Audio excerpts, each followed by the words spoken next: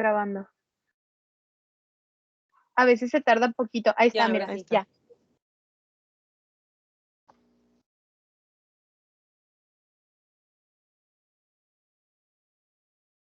Bueno, buenos días. Nosotros somos alumnas de la Facultad de Psicología de la UANL de quinto semestre de la materia de entrevista clínica. Por lo cual todas las preguntas que usted vaya a responder pues son con fines académicos. Mi nombre es Cristal Alvarado Monreal y pues voy a proceder con las preguntas acerca de cómo se lleva a cabo una entrevista en la terapia. De acuerdo. Como primera pregunta, ¿cuántas preguntas seguidas se puede hacer en una entrevista a un menor de edad? Seguidas. Pause. ¿Qué? ¿Cómo es eso? O sea, al ¿Preguntas momento de seguidas? que, sí, cuando usted empieza a hacer la entrevista con un niño, ¿cuántas preguntas que usted le responde, que usted le da seguidas, o sea, así de sin parar, el niño pueda responder o que usted le pueda entregar? Ok, volvamos. Lo van a editar, espero. Ok. ¿Cuántas pueden ser, dependiendo del niño? No hay un número específico. Depende del nivel de comprensión, depende de la edad, de la atención. Entonces puede variar mucho el número de preguntas. Idealmente, sí tenemos que estar revisando constantemente el cómo responde el niño. ¿Y es en el mismo caso con un adolescente y con un adulto? Sí, también. Con el adulto es más común que puedas decir muchas preguntas de manera continua, porque muchos los contestan de sí, no. En el niño, o en el adolescente, en el niño regularmente se queda pensando en cada una de las preguntas y en el adolescente hay ocasiones en que no quieren responder. Ok. Como segunda pregunta, ¿cómo es trabajar el rapport con un menor de edad? Es preguntarle qué es lo que le gusta, decirle a lo mejor tú si conoces cosas de lo que le gusta, hacerle comentarios acerca de eso, presentarte ante todo, obviamente, decirle que te puede llamar de la manera que tú elijas, por ejemplo, no sé, para mí me pueden decir Fabi y ya ahí el niño puede ir eligiendo si sí o si le quiere decir maestra o como desee. ¿Y Pero esencialmente es presentándose. cómo sería con un adolescente y con un adulto? Con un adolescente,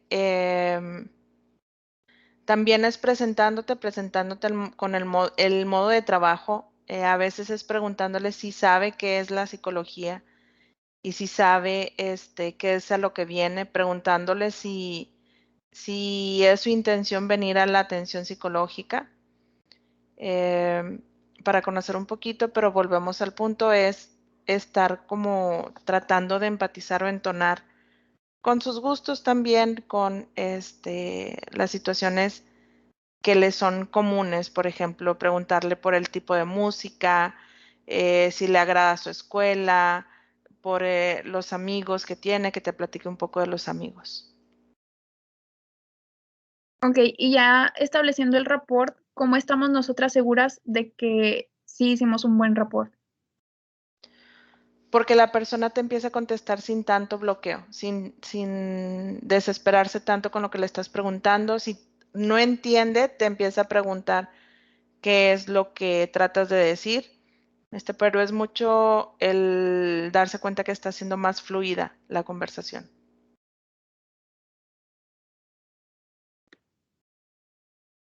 En la entrevista, ¿por qué es necesario que preguntemos los datos generales como los familiares, las preguntas del desarrollo, la escuela y todo eso?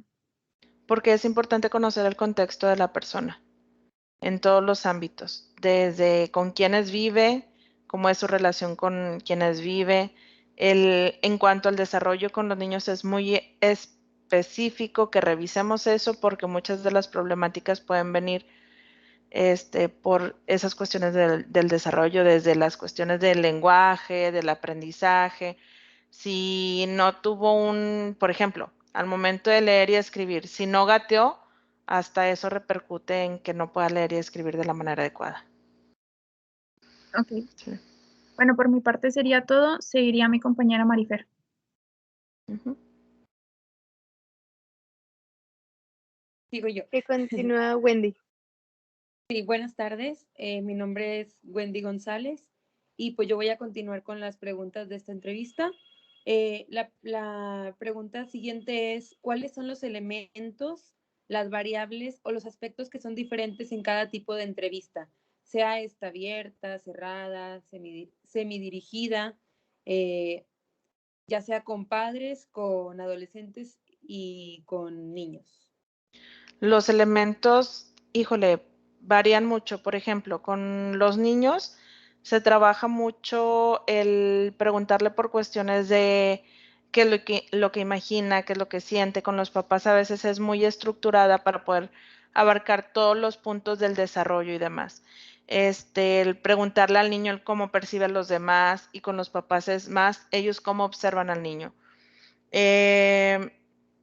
Pero abordamos cuestiones, por ejemplo, en el niño de cómo percibe su conducta, cómo percibe sus emociones, cómo percibe a los que están alrededor. Y con los papás es, te digo, todo el desarrollo, el que hagamos énfasis en los puntos que creemos que pudieran estar afectando la situación o contribuyendo a la situación actual, entre otras muchas cosas. Con adolescentes es irnos también, hay ocasiones en que con el adolescente tenemos que enfocarnos en cuestiones del desarrollo, depende de si viene por alguna situación de lenguaje, problemas de aprendizaje, etcétera. Pero si no, a veces nos vamos como en la entrevista de adultos y nos brincamos hasta la cuestión de su contexto, el cómo son las relaciones que tiene o la interacción que tiene, el cómo percibe, cómo se perciben las cuestiones de autocontrol, emociones, etcétera, etcétera. Ok. ¿Cuáles serían algunos aspectos a cuidar antes de tener una entrevista con un niño, con un adolescente o con un adulto? Primero tenemos que saber, antes de la entrevista regularmente ya hicieron una llamada previa, valga la redundancia, y en esa llamada tú ya sabes el motivo de consulta. Idealmente tienes que haber preguntado el motivo de consulta, el nombre, la edad, mínimamente, para saber si ese es un caso que tú puedes trabajar según el motivo de consulta o lo tendrías que canalizar incluso desde esa llamada. Es lo primeritito que tienes que revisar.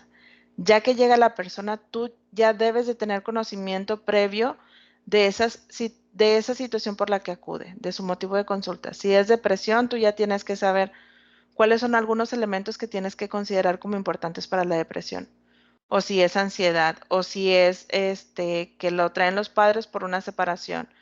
Bueno, aquí tú ya tienes que saber cuáles son las consecuencias regulares que se presentan en una o naturales que se presentan en una situación de separación y empezar a preguntar acerca de eso. ¿Sí? Ok, la siguiente pregunta sería, ¿qué tipos de juegos se pueden jugar con niños en las primeras sesiones para establecer un rapport que nos permita indagar? Pueden establecerse juegos desde los más básicos, que no sean juegos que incluyan violencia, obviamente. Depende de la edad, desde estar jugando con muñecos a la par, juegos de destreza, por ejemplo, no sé, algunos como los monos locos, el destreza, entre otras cosas. También obviamente, si viene por una situación, no sé, de que tiene dificultad para mencionar los colores, no vas a utilizar un juego en el que tenga dificultad para revisar los colores, porque ahí a lo mejor el niño se puede estar frustrando y demás. Entonces, que sean juegos un poquito más naturales, no necesariamente que sean fuera del cubículo. Hay ocasiones, eso se trabajan más cuando ya está la intervención, pero pueden ser juegos más de esa índole. Incluso Ok, hasta gracias. rompecabezas. Muy bien. Y pues la última pregunta de mi parte sería, ¿qué conocimientos y habilidades debe tener un psicólogo para poder realizar un trabajo con un menor de edad, adolescente o adulto? Conocimientos clínicos, preferentemente. ¿A qué me refiero? Al trato del paciente-terapeuta. Cómo va a reaccionar un paciente, saber que hay que hacer rapport, saber que hay que hacer una entrevista, saber que el paciente va a tener ansiedad al momento de llegar a la entrevista con nosotros. Simple y sencillo porque la entrevista es un proceso en el que al paciente se le figura que estamos evaluándolo desde el primer momento. Entonces eso le genera ansiedad, saber eso y actuar en tenor a eso. Tener conocimiento de lo que vamos a trabajar. Si es autismo lo que vamos a trabajar, tú ya sabes qué tipo de situaciones se van a estar presentando, que a lo mejor los papás es la primera vez que vienen a la consulta para poder saber si su hijo tiene TEA o no, y que ahí también están manejando altos grados de ansiedad. Con adolescentes, que el adolescente muchas de las ocasiones se te va a cerrar, en la mayor parte de las ocasiones. Hay de todo, obviamente. Hay tanto niños que se cierran, pacientes, adolescentes o adultos que se cierran, pero saber que pueden presentarse ese tipo de situaciones. Que incluso saber, hay algunos pacientes que necesitamos saber que también van a presentarse de manera agresiva y que nosotros tenemos que saber cómo responder o no seguir ese tipo de agresiones. Cuando vienen papás e hijos, que los papás se van a estar queriendo meter y dar la respuesta por los hijos, y también saber cómo detenerlos. Algo muy importante, que nos van a pagar a nosotros por ser efectivos, no por ser amables. Aunque la amabilidad tiene que estar en todo momento, pero va a haber ocasiones en que en ese tipo de situaciones que estás viendo que no se están estableciendo límites, tú tienes que tomar el mando y decir, hasta aquí. ¿Sí? Muchas gracias, maestra. Ahora continúa mi compañera María Fernanda. Buenas tardes, mi nombre es María Fernanda Padilla y voy a continuar con la entrevista. La primera pregunta que le voy a hacer es, ¿qué información se debe tener en la primera entrevista? ¿Qué información del paciente? Sí, ¿O de así es. nosotros? ¿O extra? Del paciente Ok. y como en general. Ok. Como comentaba, si tú ya sabes cuál es el motivo de consulta, tú ya debes de tener bagaje de esa situación por la que viene el paciente. Que si son problemas de relación de pareja, que si es problemas de lenguaje, que lo que sea, tú ya debes de tener conocimiento de qué se presenta, cómo se presenta y qué puntos tienes que abordar. También, conocer acerca del paciente, hay que conocer desde datos generales. Hay que informarle a los pacientes, sobre todo adolescentes y adultos, el único motivo por el cual se rompe la confidencialidad, que sería si se compromete su integridad o la de alguien más. Y para eso le tienes que pedir un contacto con el cual tú puedas acudir para poder romper esa confidencialidad. Un contacto en el que el paciente tenga confianza para poder hacerlo. Y eso es lo que tienes que conocer, y sobre todo con adolescentes adultos. Y eso no se pregunta, o sea, eso se dice inmediatamente cuando te estás presentando prácticamente, cuando le dices de qué se trata el tipo de tratamiento que estás aplicando. Porque si no, si se lo decimos ya que nos dijo su motivo de consulta y nos dijo que sí se está tratando ha tenido intentos de suicidio, pues va a verlo lo puede ver muy invasivo. Entonces, por eso se dice desde el inicio. ¿Qué otras cosas tenemos que conocer? Desarrollo biológico, conductual, el ambiente social, el autocontrol, cómo percibe la persona su autocontrol, el medio ambiente en el que se desenvuelve, entre otras cosas. O sea, en las cuestiones biológicas van desde los hábitos, si ha tenido alguna enfermedad, etcétera, etcétera. Perfecto. La siguiente pregunta es, ¿qué recomendaciones daría a los psicólogos que están en formación y empiezan a hacer sus primeras entrevistas? Lean mucho.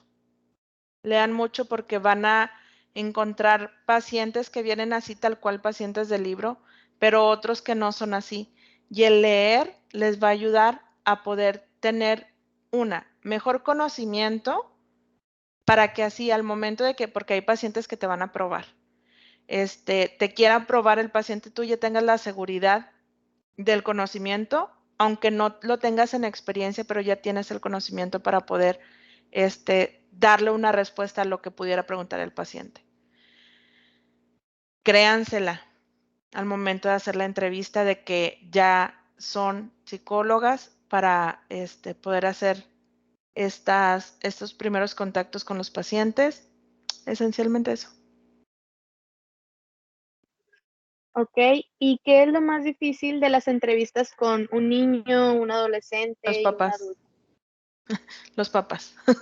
Niños y adolescentes es cuando vienen los papás. Lo más difícil es cuando quieren, y no es difícil, es a veces un tanto incómodo para ellos sobre todo, el que empiezan a querer mostrar algún tipo de disputa ahí en medio de las entrevistas, ¿verdad, psicóloga, que él está mal? Eso es como de que lo más, incómodo, que quieran primero que les des la razón o que quieran que te pongas de su lado o que les digas tú que ¿verdad que estoy bien o estoy mal? Nosotros no estamos para decirles que estén bien o están mal. A nadie, absolutamente a nadie. Porque nuestro papel es ser objetivas, no agarrar partido. Y a lo mejor ya de manera personal, ya es a lo mejor algo difícil que venga un paciente y te mueva algo que tú traes. Y lo difícil sería que tú no lo identifiques y te lleves así por la libre de ese paciente, siendo que es algo que tengas que trabajar. Eso sería difícil. Ok, ¿y cómo es la entrevista con un adolescente con un trastorno de la conducta negativista desafiante? Y es muy callada. No, varía, dependiendo del paciente. Hay unos que luego te empiezan a retar. Pero con los adolescentes hay que jugar mucho ¿a poco sí es cierto? Ay, yo no sabía que sucedieran esas cosas. ¿A poco eso todavía se hace? El estar como de que metiendo mucho la curiosidad, sobre todo con los negativistas desafiantes, porque te van a estar queriendo retar. Rétalos tú también. De una manera controlada. No es de que, ay, a ver, quiero ver. No, así no. Sino algo más como para que te demuestre su punto de vista. Nada más. Algo bien importante que se me ha pasado decirles. No vayan a negar lo que el paciente dice. Si dice, es que yo estoy viendo monitos colgados en la pared que no están, ok, ¿cómo son esos monos? ¿A qué te refieres? ¿Desde cuándo los viste? ¿Desde que entraste? Pregunten más allá, no vayan a decir, ay, no es cierto, no hay. Porque para eso, para el paciente eso es verdad. Y luego, si les empezamos a cerrar diciéndole, no, no es cierto, no, estás mal, no, el paciente ya no se va a abrir. Maestra, en eso que menciona de siempre creer al paciente, por ejemplo, si va no sé, alguien que sea un maltratador y mienta acerca de las cosas o algo así de que esté mintiendo sobre los hechos. ¿Qué? O sea, ¿cómo podemos creer en realidad o cómo podemos hacer para saber si está diciendo la verdad? Es que más que creerle es nada más no negar, tú averigua. Si el paciente viene y es un maltratador, en algún momento va a salir. Para eso tienes tus evaluaciones, tanto las objetivas o si te gusta utilizar subjetivas, también ahí van a salir. Todo sale, aunque nos diga la entrevista algo, incluso hasta si manipulan las pruebas, salen las pruebas. Así que luego te vas a dar cuenta. ¿Eso cómo se va obteniendo? Con la experiencia. Y te digo, más que creerles, más es no negarles. Es mejor escuchar lo que te está diciendo para poder, ahora sí que sacar más información para poder saber por dónde irte en diferentes situaciones.